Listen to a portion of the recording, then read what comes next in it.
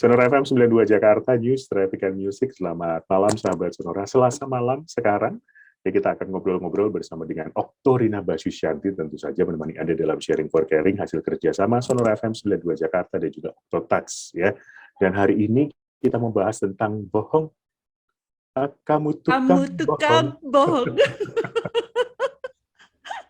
Ini permintaan khusus loh, permintaan khusus. Dari? Karena sekarang ini banyak sekali lagi tren nih kayaknya Mas, selain melek akan kesehatan mental, dari melek kesehatan mental itu kemudian detailingnya jadi terkuak gitu, bahwa yang minggu lalu kita ngomongin soal manipulasi, di dalam manipulasi itu ada detailing lagi yaitu berbohong, jadi sesuai dengan permintaan pasar, gitu ya. Jadi malam ini kita membahas tentang bohong. Saya sih tadi seperti yang aku bilang di awal, mau berbohong atau bohong ya, tapi kita sepakat untuk bohong deh karena bahasanya menjadi lebih besar gitu, lebih luas. Kita mulai dari definisinya. Kadang-kadang orang itu tidak mengakui kalau bohong karena enggak kok, aku nggak bohong, aku nggak mengatakan semuanya aja gitu. Sebenarnya si bohong itu seperti apa sih menurut Mbak Okti? Definisi bohong sendiri kayak apa? Nah, menarik karena sesuai dengan penelitian-penelitian yang dilakukan oleh universitas besar, Mas Daniel, sebenarnya 60% dari orang itu dalam 10 menit berbohong 1 kali. Semua orang? Jadi, ya, semua orang. Jadi, sedikit sekali yang bisa bertahan tanpa berbohong. Artinya berbohong itu seperti yang tadi Mas Daniel bilang, mungkin aja kan kita hanya tidak mengatakan keseluruhan, jadi hanya sebagian. Itu termasuk di dalam kategori berbohong. Karena orang terima gitu. Fakta yang menarik adalah pada saat kita, jadi ada jenis-jenis berbohong nih, Mas. Ada salah satunya itu adalah di mana kita menyatakan sesuatu yang jujur untuk menutupi yang kita tidak ingin diketahui oleh orang lain, dan itu berbohong. Oh, oke. Atau basa-basi misalnya. Monggo pinara onje, mau minum apa? Nggak usah. Tadi saya sudah minum, berbohong juga untuk adab dan sopan santun. Kebudayaan timur kita. Betul. Kalau wong Londo kono sih gitu, udah yang bir, apa gitu kan. Tapi kalau di sini pasti jawabannya yang pertama kali dilakukan adalah berbohong. Nggak usah padahal kruyuk-kruyuk, wetenge haus sekali sampai garing tenggorokannya, tapi kita tetap menjawabnya dengan nggak usah gitu. Oke, jadi ketika mengatakan tidak sesuai faktanya atau tidak mengatakan seluruhnya sama dengan berbohong. Kalau dilihat dari tadi disampaikan, berarti tidak selalu berintensi untuk memanipulasi atau tujuan yang buruk loh. Tidak. Jadi berbohong itu ada 2. White lies, pasti sering dengar dong, aku white lies kok gitu kan. Yang kedua adalah dirty lies. Jadi white lies itu adalah kebohongan yang dilakukan dengan niat melakukan hal baik. Kalau yang dirty lies itu memang dari awal niatnya adalah buruk. Oke. Itu jenis dari berbohong. Jadi semuanya bohong sebenarnya. Kalau disambungkan dengan bahkan di dalam sebuah penelitian yang dilakukan oleh seorang psikolog gitu ya, namanya Feldman. Ya. Pada saat dilakukan record percakapan 2 orang gitu, 2 orang ini sama-sama merasa bahwa selama percakapan yang dilakukan 10 menit, mereka tidak ada satupun yang berbohong. Tapi setelah mereka melihat recordnya atau setelah mereka melihat rekamannya, mereka kaget karena ternyata di 10 menit itu masing-masing ada 2-3 kali mereka berbohong. Oke. Sepertinya sinyalnya agak bermasalah. Nah, di 2 jenis pembohong ini dibagi lagi menjadi produktif dan normal. Produktif artinya dalam satu hari seorang pembohong ini bisa secara otomatis saat bicara itu lebih dari 5 kali dia berbohong. Kalau yang normal, yang tadi sekedar untuk menjaga perasaan orang lain atau sekedar adab, sekedar basa-basi, tapi tidak dilakukan atau tidak melakukan itu lebih dari 5 kali. Jadi 5 kali di bawah 5 kali dalam berbohong itu masih bisa dikatakan pembohong normal, tapi kalau sudah di atas 5 kali menjadi pembohong yang produktif. Jadi produktif itu tidak hanya usia, tapi ternyata pembohong pun ada yang produktif. Orang usah mesem-mesem, merasa ya? Enggak dong, nah jujur iya. kadang-kadang, Oh iya jujur benar. kadang itu. Si pembohong yang produktif kan berarti, apa ini penyakit sih Mbak?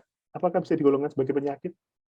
Ya, kalau yang sudah produktif biasanya kita harus menilik lagi bagaimana kesehatan mentalnya. Apakah masuk di dalam manipulator, apakah masuk di dalam narsistik dan lain sebagainya. Jadi kalau sudah ditengarai sebagai seorang pembohong produktif, nampaknya memang perlu dibantu untuk mencari jati dirinya. Apakah kebohongan-kebohongannya itu berkaitan dengan trauma masa lalunya, atau saat ini masih merasakan dan mengalami hal yang membuat dia perlu berbohong. Pertanyaannya adalah bagaimana saya tahu saya pembohong produktif atau saya pembohong normal? Ya, sebenarnya gampang-gampang sulit karena sebenarnya kalau kita ada refleks otomatis di dalam kenangan kita tuh kalau kita berbohong secara otomatis kita menghapus peristiwa tersebut. Kalau yang normal, ya. Tapi kalau yang produktif, dia akan mengingat kebohongannya dan tidak menambahkan detail di dalam dia berbohong karena dia tahu kebohongan-kebohongan itu perlu dia keep, dia ingat supaya dia tidak miss saat dia perlu untuk mengingat kebohongan tersebut. Tapi kalau yang normal, begitu dia berbohong, secara otomatis otaknya akan menghapus kebohongan itu, Mas Daniel. Jadi kalau kita pertanyaannya adalah gimana caranya tahu kita berbohong? Satu, kalau kita menghadapi, artinya individu lain menghadapi orang yang memang pembohong produktif, kita mesti direct. Bilangnya adalah, aku tahu kamu berbohong. Jadi yang jujur adalah, yang ini kamu manipulasi. Jadi yang jujur adalah, kalau orang lain, kalau kamu melakukan ini ke orang lain, mungkin kamu berhasil, tapi ke saya tidak. Jadi yang jujur adalah... Jadi pertanyaan baru nih Mbak, gimana caranya tahu dia bohong? Nah, ini menarik. Karena pembohong produktif itu polanya sama terus, Mas. Misalnya? Misalnya gini, ada pembohong yang kalau ditanya, dia akan menanyakan pertanyaan itu kembali. Misalnya, tadi malam kamu kemana? Aku, kemana? Polanya begitu terus. Kamu semalam makan apa? Aku makan apa ya? Dia mencari waktu untuk memikirkan jawaban yang dia anggap paling benar dan paling simpel untuk diingat. Jadi polanya akan sama begitu terus. Oh, oke. Baik. Atau diam. Jadi pada saat ditanyakan, kemudian dia diam, baru menjawab. Polanya akan seperti itu terus, sehingga pada saat kita menjadi pendamping seorang pembohong, kita hanya perlu mengingat polanya saja. Jadi begitu pola itu muncul, hilangkan perasaan, oh mungkin dia lagi capek, oh mungkin dia lagi mengingat, oh dia sedang berusaha jujur. Justru tidak. Jadi pada saat pola ini muncul, kita langsung mengatakan gray tadi. Gray communication, yaitu saya tahu kamu berbohong. Oke, nggak usah mikir, yang jujur apa? Yang benar yang mana gitu. Jadi langsung direct menyatakan itu. Oke, baiklah. Kita akhiri di sini sesi yang pertama, sahabat Sonora yang menyaksikan dari YouTube juga selamat malam. Nanti kita akan lanjutkan di sesi yang kedua. Terima kasih yang sudah mengirimkan tulisan tangan Anda, nanti akan kita analisa lagi. Dan yang ingin langsung berkonsultasi dengan Oktorina Basusyanti, silakan Anda bisa menghubungi Mintax Ada nomornya? Di 0823 10925362 atau @Instagram ke Octotouch, OCTOTOUCH. Sesi yang kedua, sahabat Sonora, di Sharing for Caring bersama dengan Dr. Rina Basusyanti. Malam hari ini kita masih membahas tentang bohong. Ya, tadi sudah disampaikan ada beberapa jenis bohong, bagaimana mengenalinya, gitu ya. Ada yang keluru. Ya. Itu termasuk bohong. Wes dikandani. Bohong atau ngeyel. Ayo. Si bohong produktif lah terutama yang mengganggu karena berbohongnya banyak sekali. Apa Ya. berdasarkan pengalaman Mbak Okto, apa sih penyebabnya seseorang bisa menjadi individu pembohong produktif itu? Ya, yang satu, berbohong itu sebenarnya pada dasarnya untuk menjaga harga diri. Jadi orang itu kalau sudah terdesak yang merasa atau menganggap pertanyaan-pertanyaan atau komunikasi interaksi yang dilakukan oleh support system atau lingkungannya menekan harga dirinya, dia akan secara otomatis berbohong untuk meninggikan harga dirinya.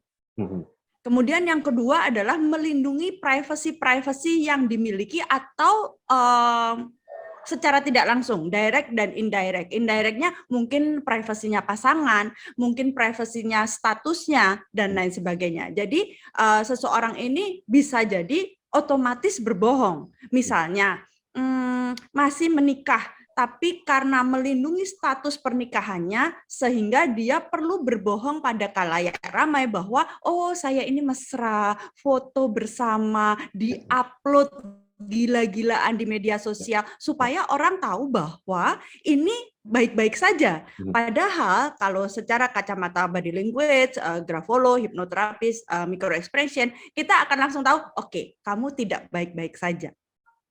Oh, jadi ini adalah salah satu bentuk kebohongan. Artis itu Apa? Yang artis itu ya.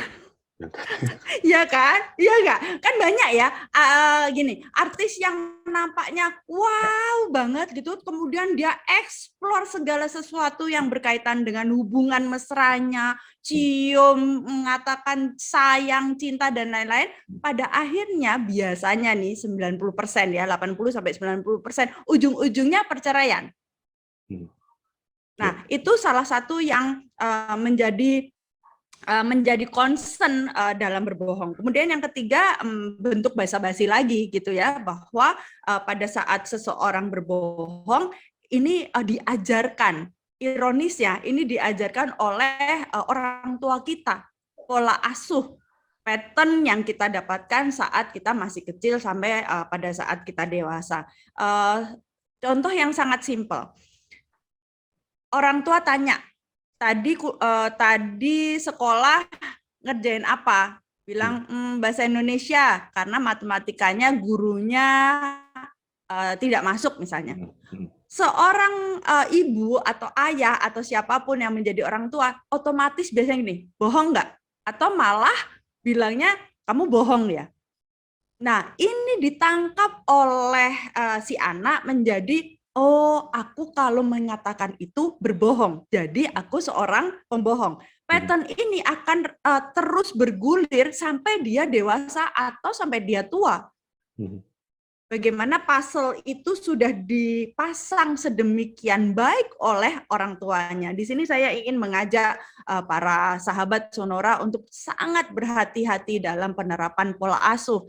Karena bagaimanapun kita memberikan fondasi yang kuat pada saat kita mendampingi anak-anak pada masa tumbuh kembang secara psikologis. Gitu, Mas Daniel. Kalau membahas detail tentang tadi ketika anak-anaknya mengatakan itu, gitu, apa sih yang seharusnya dikatakan dalam situasi itu saja? Oh, pada saat percakapan tadi, tanyakan lebih detail. Misalnya gurunya guru matematikanya nggak masuk. Oh ya, kenapa? Jadi menjadi tidak simpel.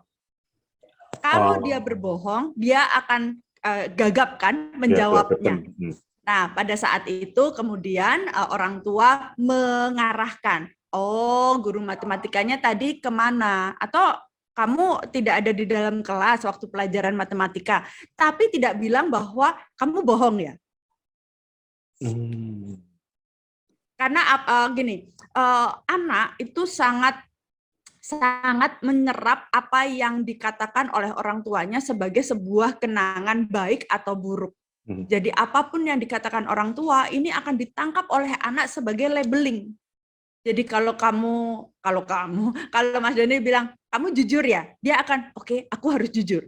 Tapi kalau si orang tua bilang kamu bohong kan, apalagi kalau ada kannya dengan ekspresi yang menekan suara yang sedemikian rupa, dia akan menangkap itu sebagai oke, gua pembohong. Padahal tidak. Padahal pada saat itu dia berkata jujur. Jadi saat orang tua merasa curiga apakah anak ini jujur atau tidak, berikan pertanyaan lanjutan yang mendetailkan percakapan yang sebelumnya atau pernyataan yang sebelumnya. Oke. Bagaimana kalau kecurigaan ini muncul pada pasangan? Nah, ini yang seru gitu ya. Kita ini kan terbiasa untuk menganggap bahwa pasangan ini hanya milik kita.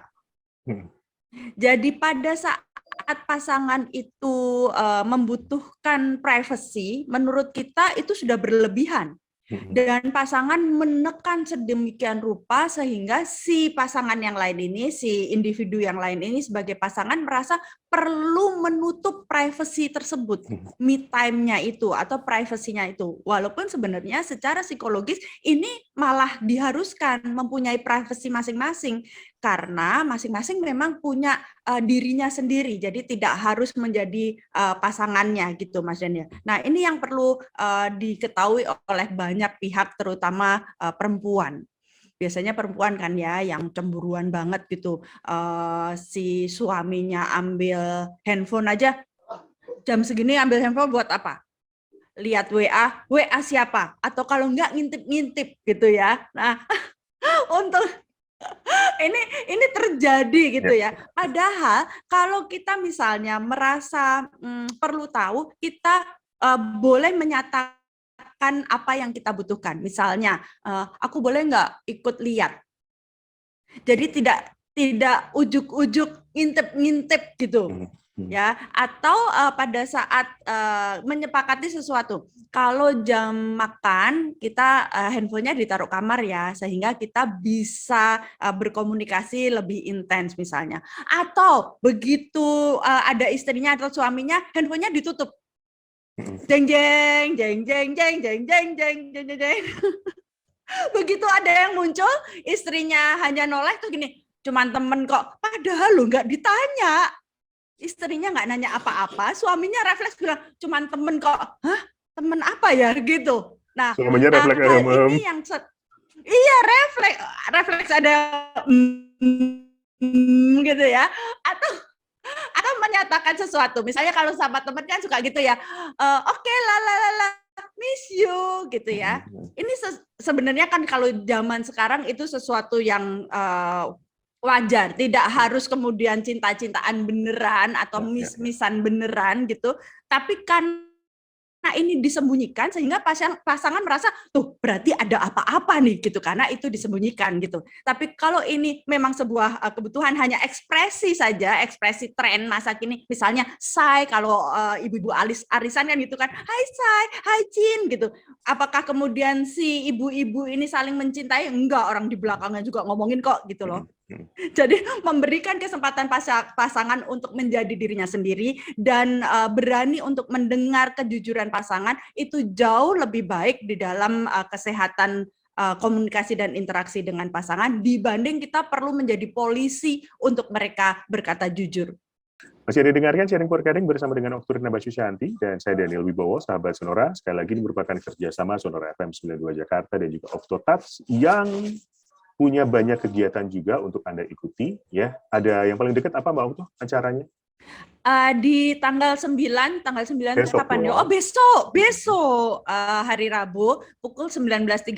Nah, tadi yang saya bilang soal pola asuh itu begitu penting sebagai pondasi menciptakan karakter anak-anak kita, sehingga saya mengajak adik saya Angelia Iyeng dengan kakak saya Uwa Ida Nuryanti untuk berbincang sedulur di Instagram Oktotats di jam 7:30 malam atau 19.30 untuk membahas pola asuh yang kami terima dari orang tua kami dan kami terapkan di anak-anak kami sekarang sesuai dengan karakter kami masing-masing, karena pola asuhnya sama, tapi karena karakter yang menerapkan berbeda akan menjadi penerapan yang berbeda juga sesuai dengan karakter anaknya dan ibunya gitu, Mas Daniel. Jadi sahabat Sonora, saya mengajak sahabat Sonora untuk hadir dan mengikuti join IG Live Octotouch OCTOTOUCH berbincang sedulur dengan Angelia Iyeng dan Ida Nuryanti di hari Rabu tanggal 9 ya, benar ya? Betul. Tanggal 9 November 2022 pukul 19.30. Nah, itu dia, silakan diikuti. Nah, kalau Anda merasa bahwa punya tantangan dengan pola asuh dan kepengen juga diatasi bersama dengan Octotouch ya, Mbak Okto dan tim, silakan Anda bisa menghubungi Mintouch. Mintouch di 0823 1092 5362. Saya juga ingin mengingatkan sahabat Sonora atau semua sahabat yang ada di luar sana, siapa tahu direkomendasikan kan Mas Daniel ke teman, ke sahabat, ke kerabat, ke musuh. Jangan salah loh, musuh tuh kalau kita rekomendasikan hal baik, siapa tahu dia ngomongnya enggak. Nah, ini termasuk berbohong kan, tapi dia terus masuk di dalam channel atau Zoom yang kita sharekan itu. Jadi siapa yang masih merasa membutuhkan pendampingan kesehatan mental, kami juga dengan Sonora masih bekerja sama untuk mengadakan healing group kecil, yaitu forum diskusi untuk saling mendengar dan mendapatkan bimbingan mentor beserta terapis saya sendiri di bulan November minggu ketiga. Jadi kita akan mengadakan setiap bulan minggu ketiga dan bisa mendaftar terus ke Mintouch, sekali lagi ke 0823 1092 5362. Aku kok rada distract to mbak pitikku iki. Ya gimana Pak, yang mau dibelah? Aja toh, tapi kok dari tadi loh dia kluruk jam ya ini ki kluruk apa coba? Itu candinya sudah jadi. Candinya Roro Jonggrang. Oh iya benar, makanya terus kok nggak ada medinya. Medi tahu nggak? Setan kan, memedi kan? Setan. Iya. Ya sudah, kita tinggalkan Roro Jonggrang dan juga kluruknya. Kita akan bacakan analisa tulisan tangan Anda, sahabat Sonora, yang sudah Anda kirimkan di 0812 112 9200. Monggo, Mbak Okto, kita mulai dari mana? Ya. Yang pertama adalah STM. STM. Sekolah tinggi. Ini jurusan mesin ya? Mesin apa komputer? Lah yo, STM adalah seorang individu yang ekstrovert ya. Kemudian nampaknya tipe-tipe followers nih si STM ini, percaya dirinya terlihat kurang ya, jadi hanya cukup saja. Tidak yang percaya dirinya baik, tapi ada, tapi hanya pada cukup saja. Kemudian indikasi sosial itu Anda dan saya. Jadi dia tidak berdiri sendiri. Dia selalu merasa kita perlu bersama-sama. Kami, kita. Dia tidak pernah atau cenderung kalau berkomunikasi itu kami gitu, kita, karena dia selalu merasa bahwa kalau mengerjakan sesuatu itu berdua, bertiga, tidak pernah sendiri. Apakah itu berarti dia nggak mandiri? Iya. Lihatnya dia sebenarnya pandai beradaptasi, dia supel, dia objektif, tapi dia terlalu takut untuk berdiri sendiri, artinya mandiri. Bertanggung jawab terhadap sesuatu sendiri, melakukan kewajibannya sendiri, gitu. Jadi dia tipenya memang followers. Oke. Itu. Kemudian, silakan. Kemudian dia adalah seorang yang objektif dan idealis, mempertimbangkan emosi dan rasio itu seimbang, ya. Jadi, kemudian rentang konsentrasinya kurang panjang, energinya ini nampaknya STM ini besar, jadi dia kurang betah duduk diam. Jadi lebih cocok kalau pekerjaannya tuh di lapangan atau mobile gitu ya. Kemudian ini karena tadi dia tipe followers, terlihat konfirmasi bahwa dia cenderung menutup diri terhadap hal-hal tertentu yang nampaknya kaitannya adalah dengan privacy. Oke. Terkait dengan ketidakmandirian gitu dan ketertutupannya, ada yang perlu diwaspadai nggak, Mbak? Ada, karena gini, kalau tipe-tipe seperti ini, karena dia terlalu takut atau terlalu berhati-hati untuk mengerjakan apa-apa sendiri, dia menganggap harus dengan orang lain gitu. Biasanya dia akan, kalau ada sesuatu yang keliru, dia akan menunjuk orang lain.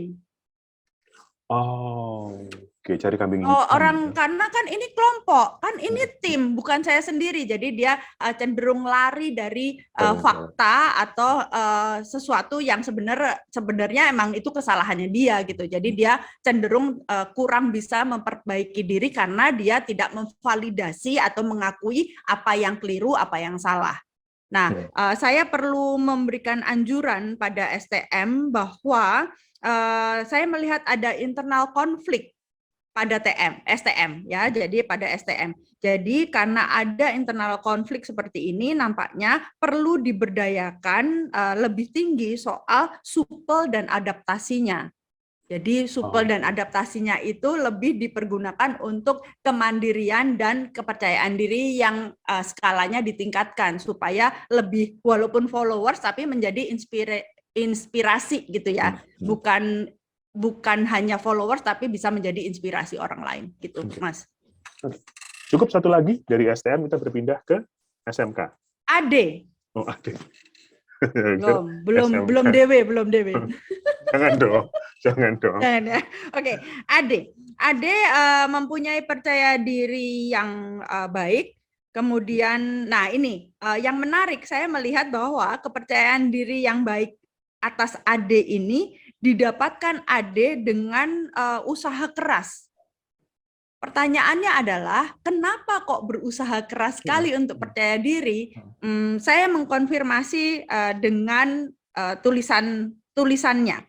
Karena ada impulsif di dalamnya, sehingga nampaknya kepercayaan diri itu didapatkan dengan usaha keras oleh Ade karena adanya trauma atas kepercayaan diri itu sendiri. Jadi mungkin suatu ketika dia sudah pede, tapi karena ada orang-orang di sekitarnya yang bilang, enggak lo, bukan lo, dan lain sebagainya, dia jadi, dia yakin bahwa itu bukan hasil karyaku, itu bukan karena hasil usahaku, sehingga dia turun percaya dirinya. Dan pada saat dia tahu percaya diri itu turun dan dia butuh kepercayaan diri itu, dia berusaha keras untuk meraih kepercayaan diri itu. Pasti saya ditanya, ada efek sampingnya nggak? Nah, saya mengkonfirmasi itu. Karena hal itu, kemudian saya konfirmasi apakah dia irritable. Ternyata betul, dia irritable. Jadi dia jadi mudah tersinggung, terutama pada hal-hal yang berkaitan dengan kepercayaan diri. Oh, I see. Jadi yang tantangan yang dihadapi sekarang adalah bagaimana dia terus membangun kepercayaan dirinya itu. Betul, dia fokus ke situ. Jadi kalau dia dicolek soal hal itu, dia jadi merasanya, apa lo, gue kan udah capek-capek nih berusaha untuk percaya diri gitu loh. Padahal pada dasarnya karakter Ade ini easy going sebenarnya. Ya sebenarnya. Nah, karena fokusnya pada yang tadi dan dia punya irritable, cenderung ke impulsif, dia menjadi kurang kesiapan menghadapi tantangan yang lebih besar. Yaitu karena berkaitan dengan kepercayaan diri tadi gitu. Satu lagi, saya melihat bahwa Ade ini kalau yang tadi yang di atas bisa diberdayakan gitu, diakui dan diberdayakan, dia sebenarnya punya karakter cenderung berpikir ke depan. Jadi sebenarnya untuk dia maju itu, kesempatan untuk dia maju secara karakter besar. Nah, tapi kendalanya di yang tadi. Kepercayaan diri. Ya, di kepercayaan diri itu. Baiklah, demikian sesi yang ketiga. Kita akan kembali di sesi yang terakhir, masih di Sharing for Caring bersama dengan Oktorina Basusyanti. 1. Sesi yang terakhir, sahabat Sonora, masih di Sharing for Caring bersama dengan Oktorina Basusyanti. Terima kasih yang masih bergabung sampai dengan jam 8 malam ini di hari Selasa, 8 November 2022 hari ini. Ya. Mari, Mbak Okto, kita lanjutkan. Masih ada yang kita lanjutkan ya, siap? Masih ya. Oke, NH. NH. NH adalah seorang individu yang terstruktur semuanya, baik sikap, perilaku maupun cara berpikir, mempunyai konsentrasi yang cukup baik, kemudian percaya dirinya sama nih kayaknya dengan Ade tadi, kurang percaya diri, dan saat ini merasa pesimis terhadap kemampuan dia mencapai sesuatu. Okay. Saat ini ya, saat ini. Kemudian karena hal itu terlihat adanya kekalutan atau kekhawatiran tentang masa depan. Ya, mungkin saya kalau boleh memberikan anjuran pada NH, karena di sini NH itu pendengar yang baik. Kalau mau coba-coba jadi seorang konten creator gitu ya, adalah kontennya itu untuk mendengar. Jadi kamu mendengarkan seseorang bercerita terus jadi konten gitu untuk diceritakan kembali, karena di sini dia bisa dipercaya, menahan diri untuk bicara. Artinya menahan diri untuk bicara ini bisa negatif bisa positif, tapi di sini saya melihat bisa diberdayakan menjadi positif, fleksibel, adaptif, dan yang ini berkaitan dengan yang tadi pesimis, cenderung turun secara motivasi. Jadi mungkin sekarang terlalu menjalani rutinitasnya itu terlalu monoton gitu. Jadi perlu untuk lebih cheer up ya, kerjakan sesuatu yang out of the box, kemudian carilah teman yang baru. Nah, kalau tadi saya bilang coba deh jadi content creator gitu kan. Jadi mendengar kemudian menceritakan, kan akan banyak orang-orang yang ditemui dan akan banyak cerita yang bisa didengar sehingga kamu nggak merasa sendiri, nggak merasa orang yang teraniaya sedunia gitu. Jadi di balik sebuah atau sesuatu peristiwa yang kita yakini atau kita lihat buruk, itu ada sebuah kepositifan. Kalau saya bilang hikmah, pasti alah ngomong hikmah emang pernah gitu ya. Jadi saya bilang bahwa saya mau percaya bahwa itu tidak ada hikmah, tapi bagaimanapun di semua hal yang saya hadapi, juga pengalaman dari orang-orang yang menjadi klien saya, ternyata memang ada selalu positif dari sebuah kejadian. Jadi kita tinggal perlu berbalik arah untuk melihat dari yang negatif, kemudian arahnya dibalik sehingga kita bisa melihat yang positif tersebut. Tapi overall kita perlu membuka pikiran kita untuk bisa melihat kepositifan itu untuk diri kita sendiri. Gitu. Oke, sudah ada 2 orang yang maunya tantangan dengan kepercayaan diri, Mbak. Kalau secara umum dari sisi grafologis, apa sih yang bisa dilakukan untuk meningkatkan kepercayaan diri seseorang? Oh ya benar, ini saya sering sekali ditanya, Mah gitu atau Mbak, gimana sih cara meningkatkan percaya diri gitu ya? Salah satunya adalah memberikan pertanyaan-pertanyaan pada diri sendiri dan menjawabnya untuk diri sendiri. Jadi misalnya kalau saya, karena saya grafolog, saya menyarankannya dengan menulis tangan, tidak typing ya, jadi tidak diketik. Jadi menulis tangannya, salah satu pertanyaannya adalah pencapaian apa saja yang aku telah lakukan di hari ini. Kemudian ditulis sekecil apapun dan sebesar apapun. Jadi ditulis supaya kita ingat bahwa gue nih perlu diapresiasi karena mencapai sesuatu di hari ini, dan itu dilakukan konsisten selama 14 hari, Mas Daniel. Jadi apapun yang berkaitan dengan kepercayaan diri, motivasi, optimis, itu perlu dilakukan konsisten dan komit selama 14 hari. Jadi ada nih teman saya ya, iya, maaf. sahabat saya gitu ya, saya bilang, cobalah delegasikan tugas atau kewajiban yang merasa menjadi tanggung jawab ke anak buahnya, ke stafnya, gitu, supaya bisa lebih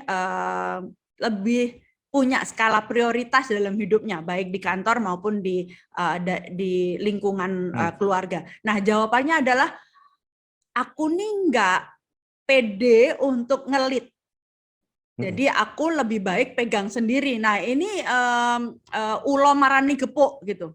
Karena apa yang dia yakini itu, sehingga semua dikerjakan sendiri secara tenaga, secara pikiran nggak mumpuni karena habis. Sehingga dia jadi kacau tuh, kelihatan di goresan tangannya bahwa tanda tangan dan tulisannya jadi sangat berbeda dan cenderung impulsif, menjadi impulsif. Kenapa? Karena kalau orang capek kan senggol bacok ya. gitu. Yang harusnya nggak sensitif dia menjadi sensitif gitu. Padahal kalau dia mau mendelegasikan atau bekerja secara tim akan jauh lebih meringankan tugas dan tanggung jawabnya. Jadi senggol sedikit. Kembali ke soal tadi yang menuliskan setiap hari itu, sekecil apapun, misalnya hari ini saya masak gitu, atau hari ini Ya. Saya mandi paling Kecenderungan gampang. manusia itu melupakan yang kecil, merasa itu progres atau merasa itu sebuah pencapaian kalau besar. Enggak loh. Uang 1.000 itu datang dari seratusan.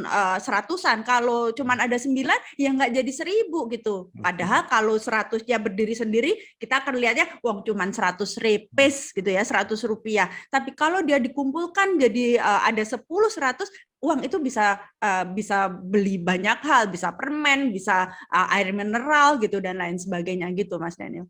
Oke. Aduh, sini tinggal sisa 3 menit, sahabat Sonora. Masih ada satu lagi, singkat. Oke, singkat. SA adalah pemerhati hal detail, dia apa adanya, terbuka, ambisius, ekspresif, analitis, dan ada lagi irritable karena mungkin ini terkait dengan pandemi yang sudah bertahun-tahun ya Mas gitu. Jadi memang ini kecenderungannya banyak sampel tulisan yang ada irritable-nya.